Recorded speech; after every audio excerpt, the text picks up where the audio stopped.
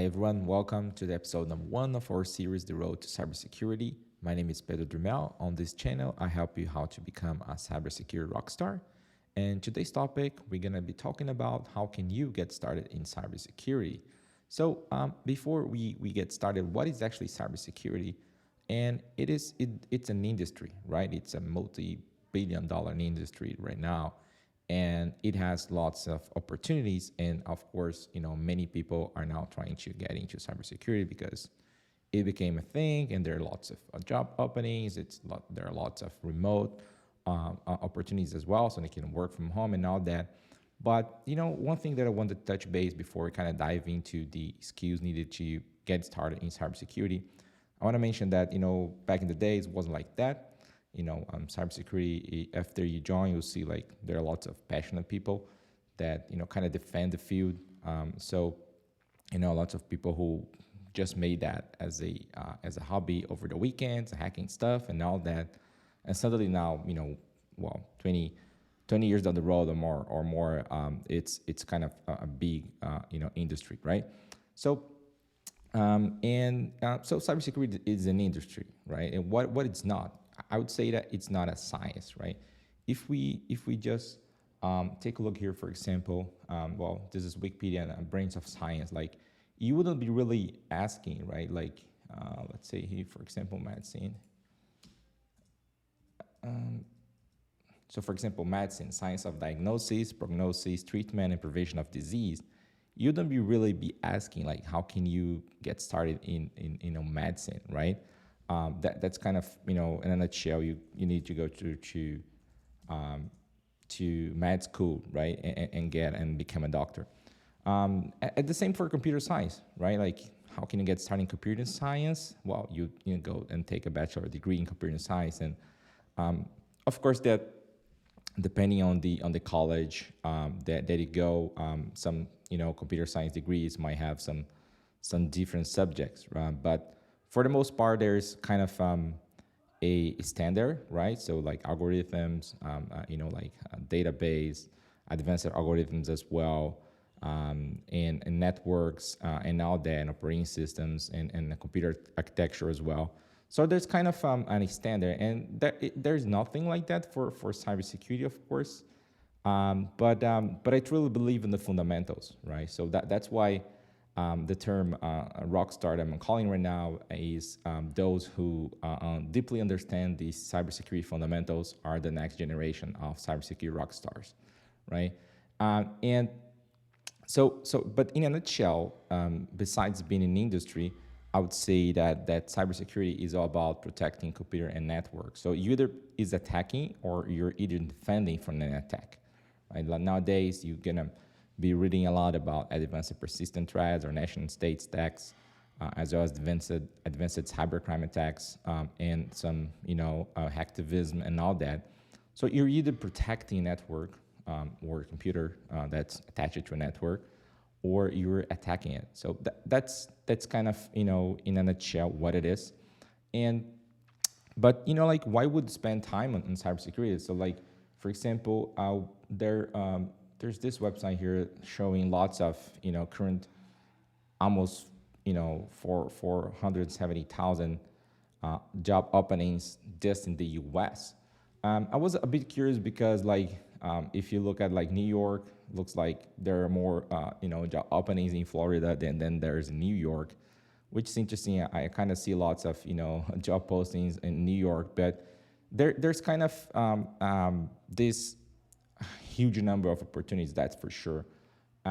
If you look at LinkedIn, for instance, like just in the States, in the last 30 days, there are almost 5,000 opportunities remote, right? Posted in the past month. So this is a great thing. LinkedIn will, of course, kind of tells me what kind of most match my profile. So depending on the search you do with your profile, you're gonna have different job posts. But it's definitely an industry where remote opportunities are good, right? Myself work remotely for about 9 years now, and on a full-time base. So it's something, and it exists. I'm not saying for every entry level, you're going to really find lots of remote opportunities, but certainly there are, right? There are many first remote companies nowadays as well. And there's also another interesting press release from the federal government not too long ago, so April 2024. And there is if you look at this, like, the event focused on creating pathways for more Americans to enter the growing field of cybersecurity through practices like skill-based hiring, which kind of says, hey, you don't necessarily need a bachelor degree to get into cybersecurity. I'm not saying that if you hold of course, that if you hold a bachelor on computer science or information systems, that's going to be very helpful. That's for sure.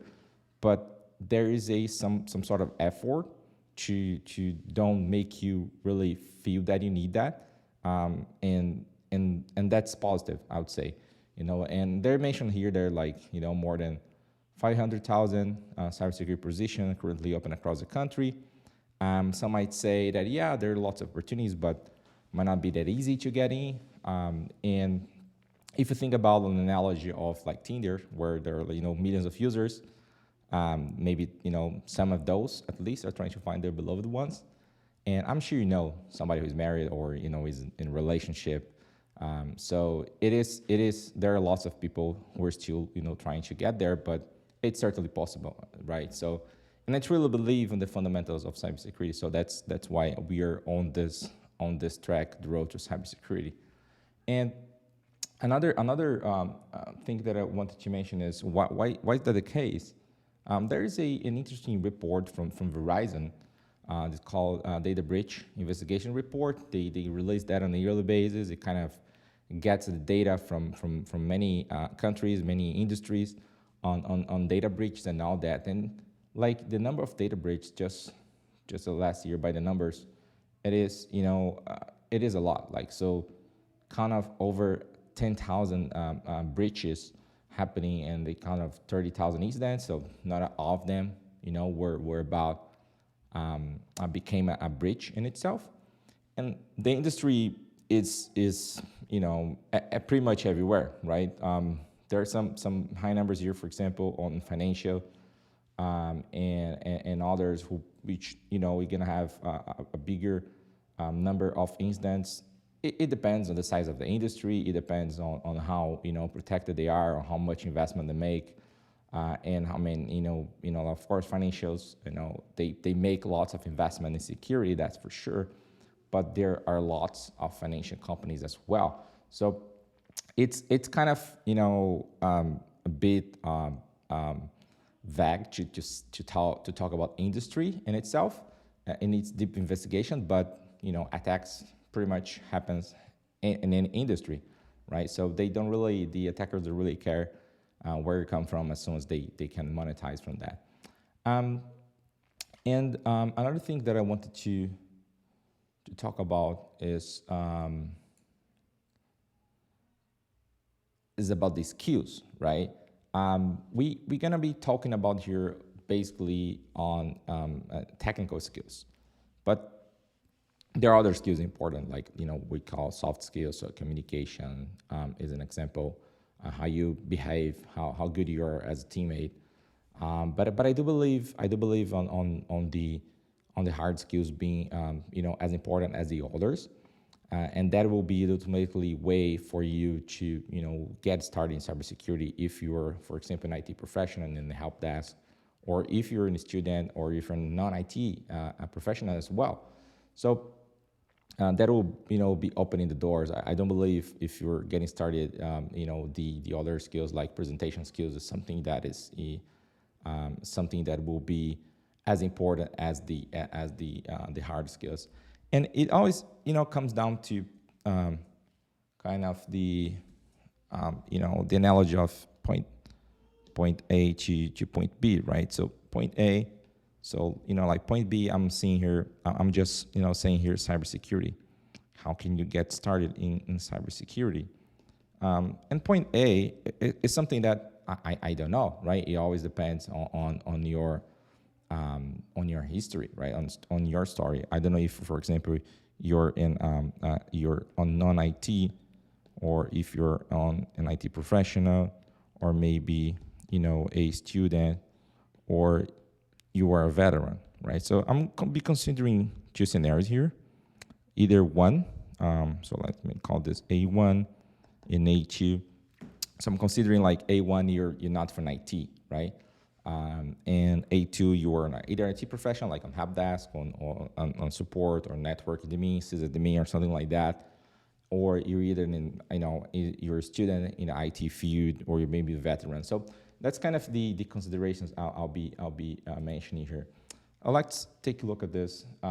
So like like I wanted also to mention, like when I started, and there were not as many information in cybersecurity as nowadays. We didn't even call it cybersecurity; just mentioned security. It became information security, and now cybersecurity or just cyber. And so you would need to read some zines and sometimes some magazines and all that. So people who are just willing to share knowledge. It was not about making money and all that. And now, some books were already released, so that was helpful. But now we have lots and lots of information, but you can get lost with that. So that's kind of my goal with this video, and give you some directions on to get started on your own path.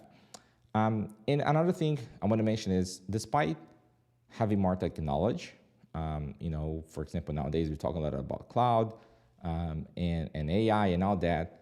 In a nutshell, computers haven't changed much. Right? Even, let's say, after 32 bits on technology on the CPU, hasn't changed much. Like, networking, you're going to be talking mostly about TCP and TCP/IP. And the operating system, of course, like in terms of security, there in the Windows side, there are way more protections than was in the past. But the basis, the computer architecture and networking, it hasn't changed much. So that's why the fundamentals and all that is what I believe is the path to becoming a true cybersecurity rockstar. But with further ado, let's take a look at some of the things that I prepare here for a non-IT professional, right? So let me see if I can change this a little bit. Yeah. So first, the analogy of a medical doctor. A medical doctor can become can a medical doctor become a surgeon before becoming just being a doctor? That's kind of hard. I would say maybe there are some cases, but I don't know. I'm not in the medicine world. I just think it's an easier way to talk about that as an analogy, right? But not necessarily you need to be an IT professional to start in cybersecurity. We've just seen even government effort to having a skill-based approach for cybersecurity professionals, right? But of course it helps, like if you already have the experience, that helps, but it's not necessarily that you need that. It's really gonna depend on how much time and effort you dedicate to learning that. And to get started, I would say that being comfortable with at least 2 operating systems is essential, or highly recommended at least before you get started. So like Linux is one of them. You can install like just like in Ubuntu or any other Linux flavor. You can go with Backtrack or Kali Linux is nowadays, or a long time actually. It doesn't matter much. As soon as you're comfortable with the command line, like you have to learn how changing an IP address. You have to know like what is a service, how can I check like how the service is running, or what are the open ports into that, like how can I SSH to the machine, like how can I enable authorized keys in the SSH, what's the difference, how does it work, is it good, is it bad, like how is the booting part of the operating system usually works and all that. So just be comfortable with the command line. That's one thing. It's kind of crucial. You will at some point use a Linux machine to work on your cybersecurity career for the most part. And Windows, like whether the services process, like try to install some sysinternal tools, some native, not native, but now Microsoft tools who you can tag, for example, process like Process Explorer, Process Monitor.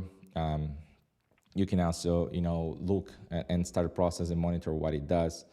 And the registry, like some tool like Ragshot, install any application and run Ragshot before and after, see what are the changes it makes, what are the persistent mechanisms on Windows, like after you reboot, how can you, get those services started after reboot and all that. So, like you got to be comfortable, executing at least two operating systems. And VMs, like either VirtualBox or VMware, even though nowadays VMware is becoming less popular. And now maybe VirtualBox, any other, VM like software, so you can get comfortable with that. You're gonna really need how to, take snapshot eventually, how to, revert a machine state settings on being host only or being a netted IP address, netted a network and all that. So get comfortable with that. I would say it's just a decent start. Now, the second point that I wanted to talk is about networking. Like as I mentioned, cybersecurity is about protecting computers and computer networks. Some might think about mobile. That's of course it's part of that, but from an enterprise perspective, that's maybe less important. So I'll be focusing on computer networks for now, and it's a mix of understanding like TCP/IP. Like you have to know like the services as I mentioned. For example, in Linux, you could set up a web server and just play with that. Try to make some hardening. What are the chains that you can make in a web server setup to make it less, to make it more secure? What are the things that you can change and put there to make it more secure? What is a MAC address? What is the difference of that from just an IP address? What's DNS? How does it work? You don't need to become the master of DNS. We're still looking for that guy. But like difference between TCP and UDP, like when you would that on TCP and UDP on a DNS protocol, what is the ICMP protocol? What are the tools that you're going to be using commonly that leverage ICMP? And like you mentioned, creating your own network like with VMs. For example, you could have one VM with Windows, or another VM with Linux, and having like a simple Python web server running Linux that you want to access from your Windows VM. How would you do that? Like Whois database, as you investigate some incidents and you want to know where that's coming from, where it's hosting, something we'll take a look. And the difference between Telnet and SSH, here we're talking about encryption and on a very simple form, of course. But like, why would you use SSH over Telnet? That could be an interview question, like a simple one for an entry-level position. And if you kind of don't really know how to answer that, it's a big problem. So kind of HTTP and HTTPS as well. What are the difference between them? Why would you use like on a HTTPS instead of HTTP? Believe it or not, back in the day, we're living only on HTTP, and now, of course, it's any website kind of get directed to HTTPS. But that wasn't the case. So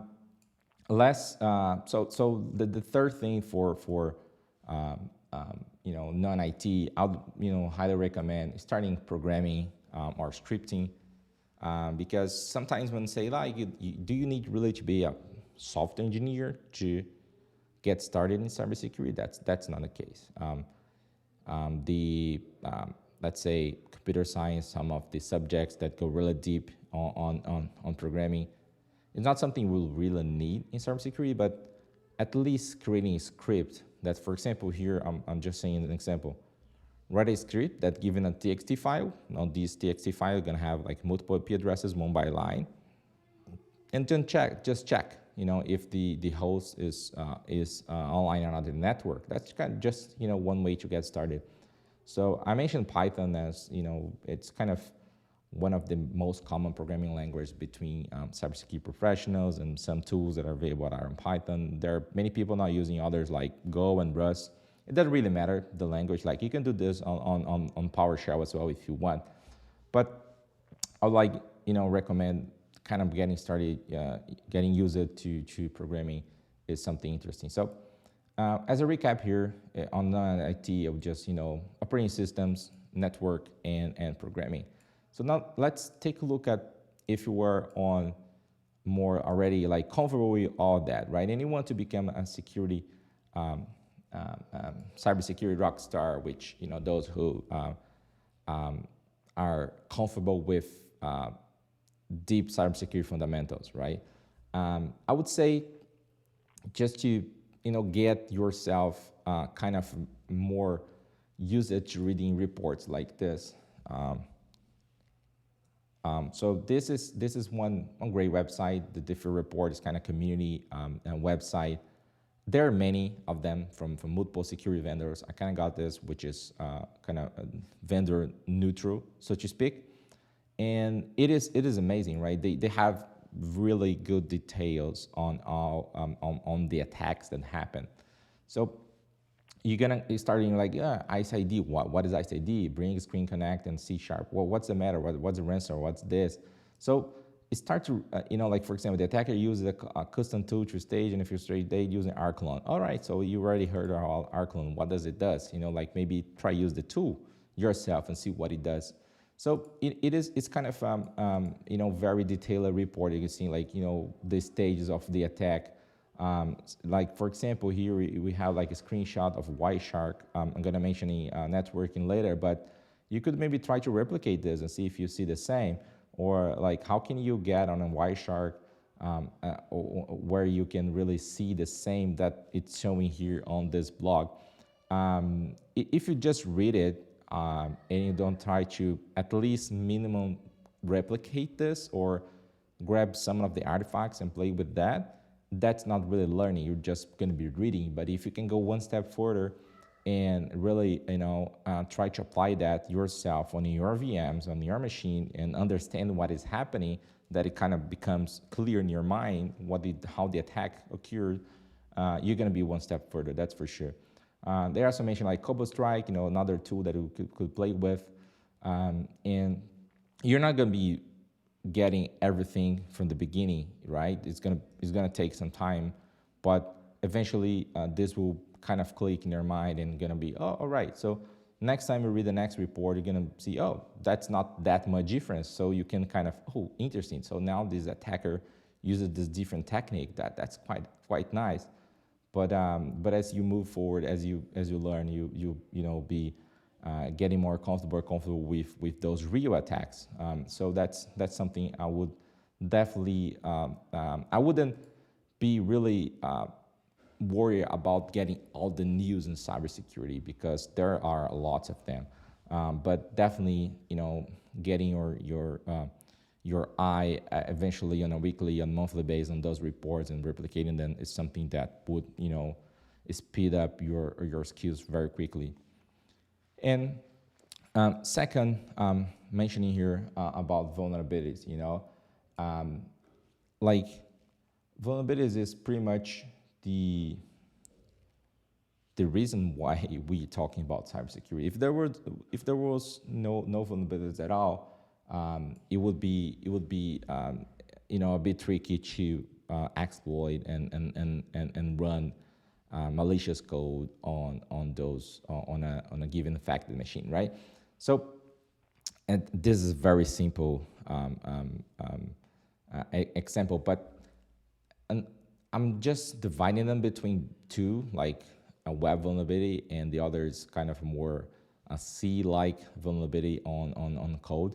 And for web vulnerabilities, one interesting VM that you can install to play with is this one, DVAA, Denver Web Application. So like install that on your VM, like you have already your VMware software running, like VirtualBox, just, like install that and play with that, like start with maybe cross-site scripting and SQL injection vulnerabilities is something interesting to get started. It's in many available languages here, easy to install, and I would highly recommend playing with that. Um, Another interesting article, and now we're talking more about buffer overflow vulnerabilities. This is not the case anymore. Like, it's not as easy as it was in the past to kind of just create or exploit or bypass multiple protections that operating system has. But still, you gotta start from the beginning. So this is kind of one in a lifetime article by Aleph One. I think it was 1997 or something like that. 1996. It's kind of the mother of buffer overflow. So if you read this article through, maybe it's gonna take some time to things to click in. But again, try to replicate the same way. You're gonna be maybe changing some parameters when you compile those, like with GCC, to make it real vulnerable. But it's really interesting, like to understand buffer overflows. There are many many articles on buffer overflow, of course. But this is kind of the main one that all kind of got started, I would say. Maybe there were a few others before that, but I just don't know about them. But this is this is so interesting. And Frack, as it just as a magazine or a sign, as you want to call it, is just any article here is really amazing. So I haven't, of course, read all of them, but it's one of the best source for real technical cybersecurity information.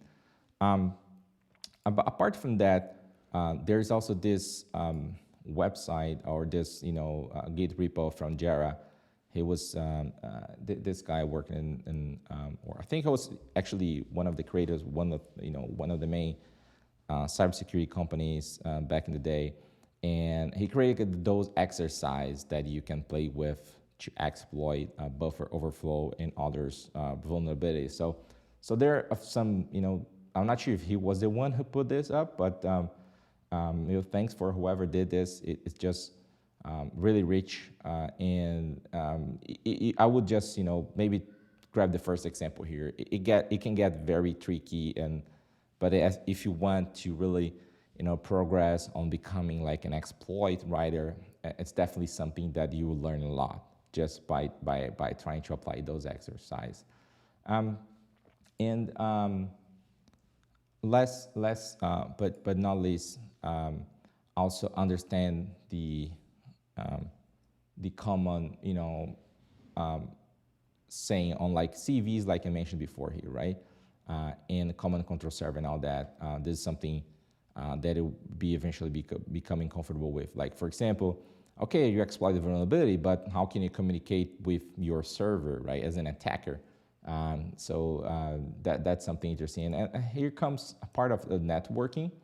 I truly, like I mentioned, right, if the computer was just sitting alone, of course, physical attacks would happen, but it would be much harder. Even though, like, you might have heard in the past, like, people just dropping USB sticks on a parking lot at a company and people just plugging it in. But that's less likely to happen, at least nowadays, where cybersecurity is kind of more widespread as a subject. But so in terms of networking, start simple. Just download and install Nmap. You might have seen that on Matrix movie. But it's still a tool that you can use to scan the network and check for like open ports, open services, and all that. Try to get your knowledge with TCP/IP and Nmap at the same time, so you can really use the tool to the fullest. And that's a tool. Even though it's old, it's still use it, and it's you gotta be using Nmap for some time. And the vulnerability scanner, you can try just OpenVAS, like I mentioned about vulnerabilities. So, for example, run OpenVAS on your vulnerable web application. What is it gonna find for you, or Nikita, or any other vulnerability scanner?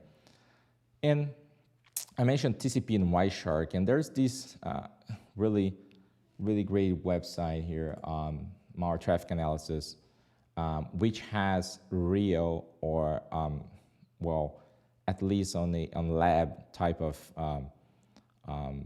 malware communication. So you can download the PCAP, which is the file that will be take a look on your network, like either TCP dump or either a Wireshark. So you can download then here, like, well, here's the PCAP. So download then and try to understand, take a look at the maybe the LinkedIn post or whatever reference they have here on each of those, and try to replicate that, really the same that as try to do whatever the author did, and see if you can replicate that. So you can, for example, from a malicious traffic, how can you grab the downloaded malicious file, right? Start with something like that using a TCP dump or Wireshark. That's kind of a great skill to have. As a kind of bonus for you, I will also try to write a suricata rule for whatever you find here.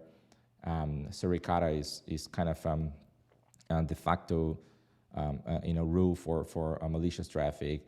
And last but not least, try to play with firewalls as well. We were talking about Linux before, command line. Try to play, for example, with IP tables. If there are opportunities like a managed service security providers who just manage, firewalls for a large enterprise. That just, knowing IP tables could just learn, land your first entry level cybersecurity job, right? Just managing firewalls. Just don't rely on your PFSense like, web, click and play type of thing. Really go command line here, like as an IP tables is just an example. You can go with, for example, OpenBSD or FreeBSD, whatever you wanna use. But I would just use IP tables as something easy to get started in. So as a recap, if you're already on the IT world or you're already comfortable with IT type of tool like operating system, networking, as I mentioned, I would go with take a look at the reports. Understand how the attacks happen. You learn a lot just trying to replicate them. Understand about common, easy vulnerabilities from the web part, secret injection, cross-site scripting, others like buffer overflow vulnerabilities as well, and play with the networking and tools with Nmap, vulnerability scanner, TCP dump and Wireshark, just so you understand what the tools is actually doing. Try to create some suricata rules for the networking and play with firewalls. So that's something. I would highly recommend you doing if for starting in cybersecurity. There are lots to learn, but this is kind of the first few steps you can take to really progress your career in cybersecurity. And I hope you enjoyed. If you like, just hit the like button, subscribe to the channel, leave a comment. I'll be replying on all of them, and see you in the next video.